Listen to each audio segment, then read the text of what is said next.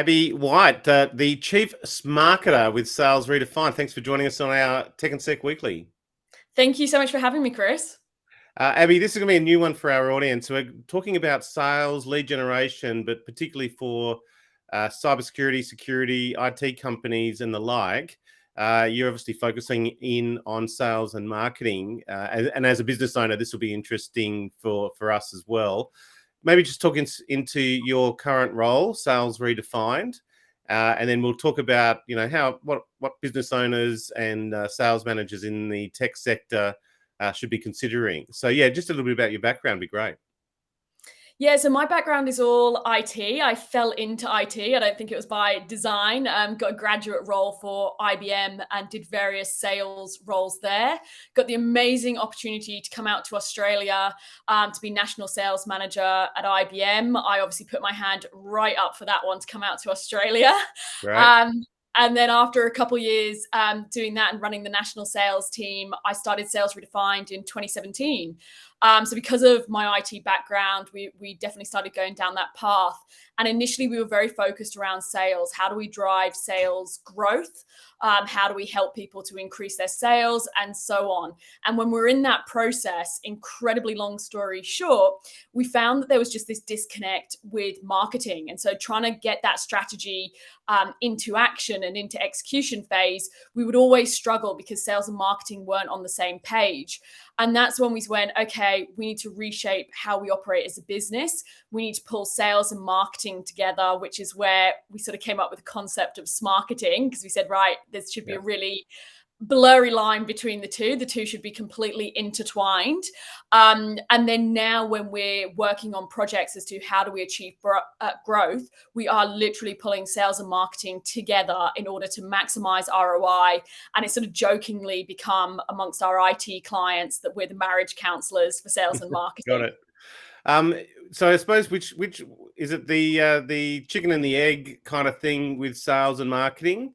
Is it marketing first, then sales follow, or as you say, to be intertwined? But which should be the focus really at the end of the day in terms of resources and how they would work together?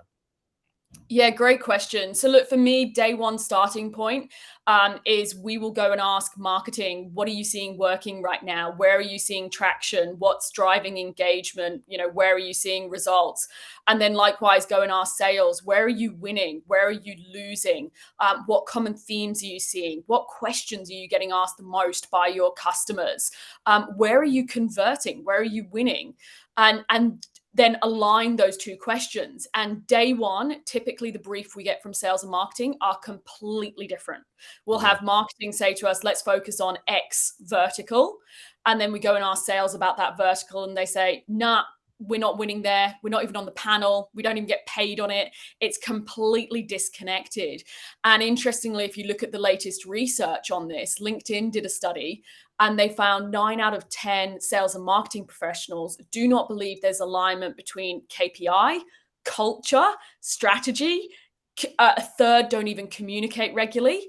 And LinkedIn also did a study where they looked at marketing and sales focus using the platform.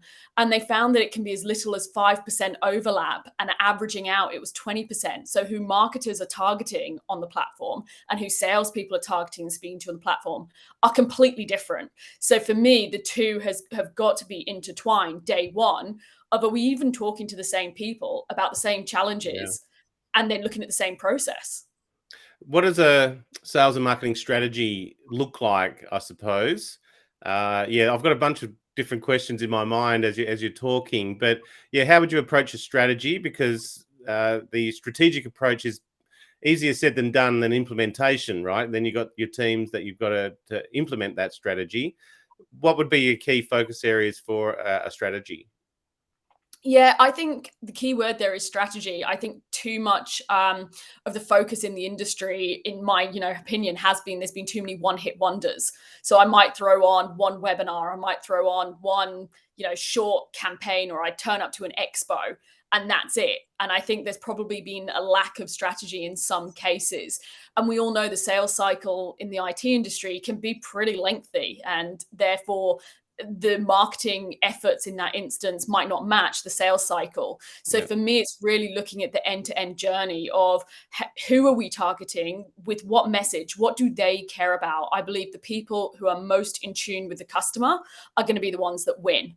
It's not about our vendor message or our latest product. It's about what exactly are our customers talking about and how do we be part of that conversation, and then follow that customer journey. What are the stepping stones? It's taking now on average 15 touch points before someone goes from I haven't heard or I haven't engaged with you to then buying from you. So how have you mapped out the customer journey and the strategy to mirror that? And I think the final thing that has really changed in terms of strategy is having to have a digital sales strategy.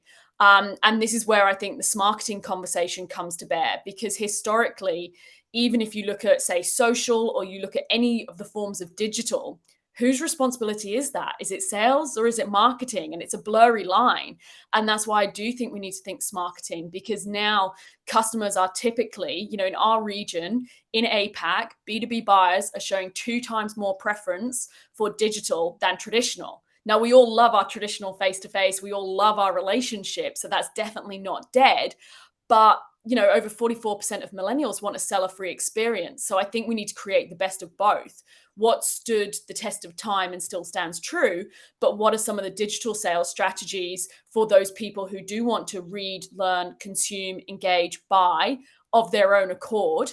To sort of sum it up, I think it's really looking at the whole sales cycle and the longevity of that customer journey, and incorporating a digital sales piece, and then getting your sales and marketing team on board. What part do they play in the story, and how do we create a behavioral change so that they can then implement and embed it?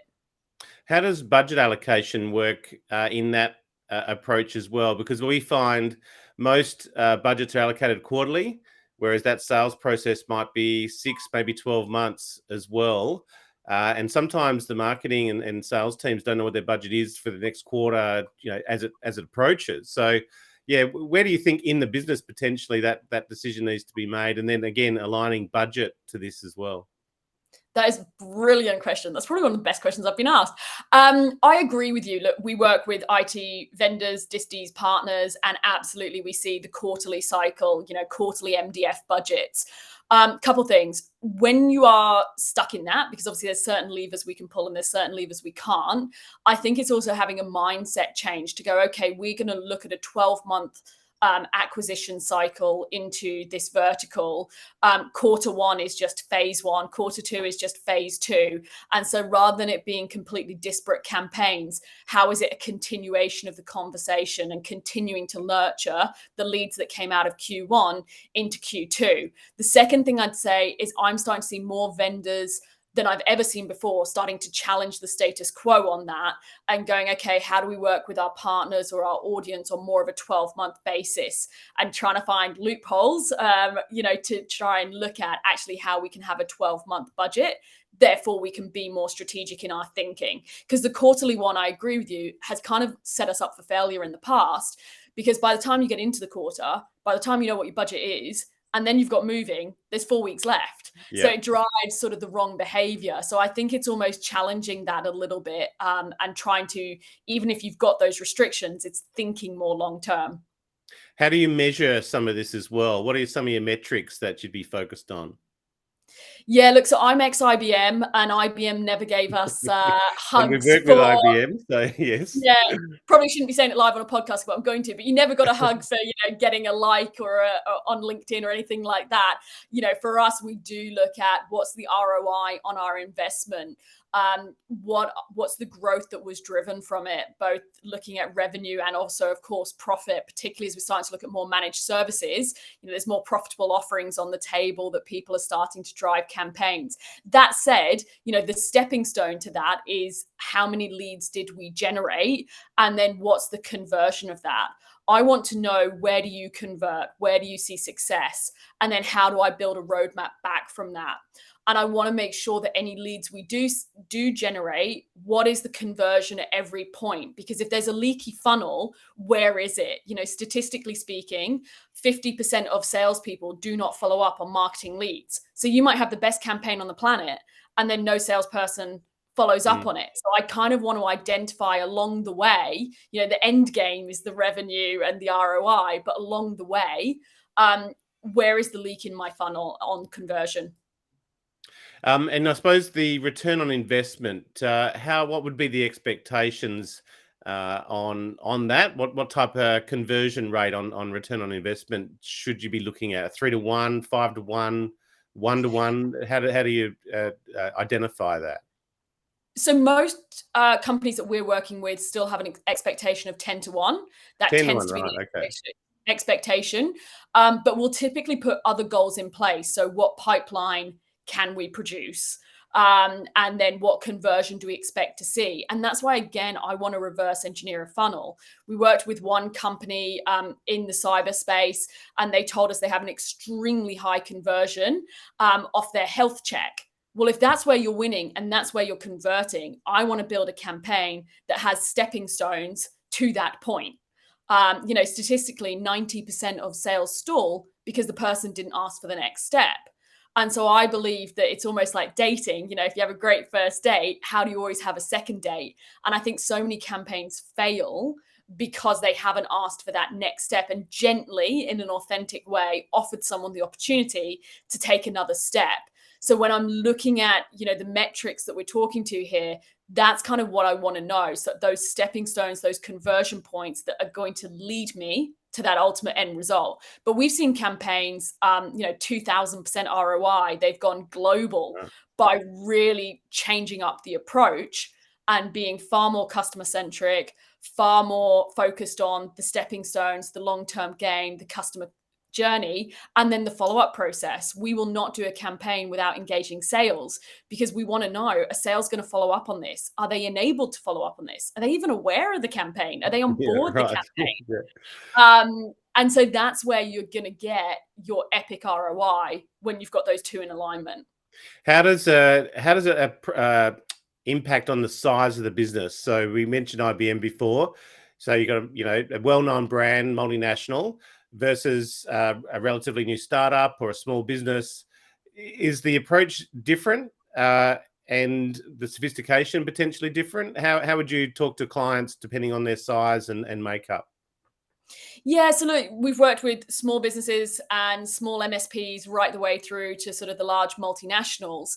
Um, the approach that we look at is typically, have we got a salesperson at our disposal? Because at the very early stages, that might actually be the managing director who's Yeah. still getting heavily involved in that process. So we want to understand what resources are available. If there aren't resources available, can you look at additional resources to support you? Can you take someone on as a contractor for this campaign? Can you leverage a telemarketing company or another company that you can basically create your virtual team for a campaign? So I think it's being honest about what resources you have and what you have bandwidth for, and therefore how much do you lean on others to support you and become an extended arm of your team. So I think it's doable with both, and there's pros and cons to both, right? Because as small businesses, I think you've got the opportunity to disrupt more. You've got the opportunity to lean into messaging more that perhaps the corporates can't because they've got to get global approval. So, there's pros and cons to both. It's just shaping it to what's at your disposal. Okay. Well, look, there's plenty there. I think one maybe to finish off. What are some of the key mistakes to avoid? In your experience, in terms of the common ones, the common pitfalls, or the easy fixes that a sales and marketing approach can make the biggest difference. Yeah, so look, I think the first is no one-hit wonders. So I think we can't really anymore go, right, we're just going to send one EDM and expect a result. So no one-hit wonders. I think making sure there's a strong follow-up process in place. Anything that you do, what is the follow-up process? What is the nurture process? Because we have long sales cycles in IT. That getting everybody on the same page day one, I think that has to be key. Otherwise, you're probably not going to get an alignment between your sales and marketing. Marketing might create something and sales just go, well, my customers aren't talking about this. I don't think it's going to be of interest to them, or vice versa. So getting them on the same page day one. And I think really playing the long-term game. I think often, we're almost too short-sighted in some of our approach, unfortunately, because we're always driven by, the quarter, the end of the financial year, or whatever it might be. And final one, we've really talked to it before, but I truly believe, and where we're seeing success is the most customer-centric message. And a way to do that is simply keeping a question bank of what are the most frequent questions your customers are asking you, or doing a really quick, short, sharp survey to your customers. What are the talking points? Because often for us, we might go to quite a technical level quite fast, but actually the customer questions might actually be quite basic and quite 101. We looked once at what was the most high converting content around hyper-converged infrastructure, and there was a VMware yellow dummies guide that was actually getting a lot of traction in the market at that point in time. So sometimes actually what people want to hear and what they want to know is back to 101. We had the same story around SASE. Some people were looking at quite technical conversations around SASE, and actually a lot of customers wanted to know, what on earth is it? What does it mean? And why should I care? Well, that's a good point. Just again, it's another question I will throw in there is, for cyber IT, sometimes you are dealing with technical and you're selling technical solutions as well. Again, bringing it back and simplifying it, do you think avoiding that technical speak and the jargon? Yeah, I think it's know your audience. If I was producing something for a highly, highly technical audience who, love a good white paper, then absolutely, I don't want to put a dummy's guide to them because they're not going to want it. Versus if I'm putting something out to more of an IT manager who has to wear every single hat and is not going to be a deep technical expert. So I think, or if I'm putting a cyber campaign into the high end of town corporates and the top ASX listed companies who have dedicated cyber teams, I'm able to go far more technical. So I think it's really understanding, I don't want to make things for all people. Who is this for and who is it not for? And then calling that out very early on, this is who it's for. And therefore, this is the level that we need to be at in terms of that technical conversation. Do you think that's sometimes the challenge, where your audience is the technical people, but your decision maker is not technical? You then have to adjust that message for both? Yeah, I still think there has to be a business case. I know in my time in IT sales, so much of it still boils back to how do we help that IT team to build the business case internally within the business. So I still think there's absolutely that conversation of going, yes, we've got to understand the technical side, but also we've got to make the business case stack up and we've got to get it approved by the board and the others stakeholders within the conversation. So you have to be, the translator to translate that for those other stakeholders who aren't going to be as technically savvy. I think that's probably why it contributes to the touch points along that sales process and the longer lead times, because these are technical solutions that often require large budgets as well. Abbie, look, fascinating area. It's one of those things. It's what I would maybe call the soft skills or the human skills side of IT and technology. How can we find out more? Where can we get in touch with you? And again, I imagine you've got a good website and available for talks and the like. Yeah, absolutely. Look, if you want to connect, feel free to either visit our website, salesredefined.com.au, or connect with me on LinkedIn.